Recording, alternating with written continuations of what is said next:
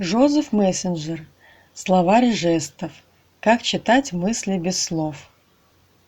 О книге. Всем известно, что если вы хотите изменить жизнь, нужно начать со своих поступков. А как насчет того, чтобы изменить свои движения и жесты? Это может стать первым шагом в переосмыслении себя, создании другого образа, трансформации внешнего и внутреннего мира. Эта уникальная книга даст вам возможность понять совместимость людей в любви и в работе, найти ключ к успеху. Вы узнаете, что может невольно уронить вас в глазах окружающих, а что позволить поднять вашу ценность. Вы увидите, какие ваши жесты и позы притягивают лиц противоположного пола.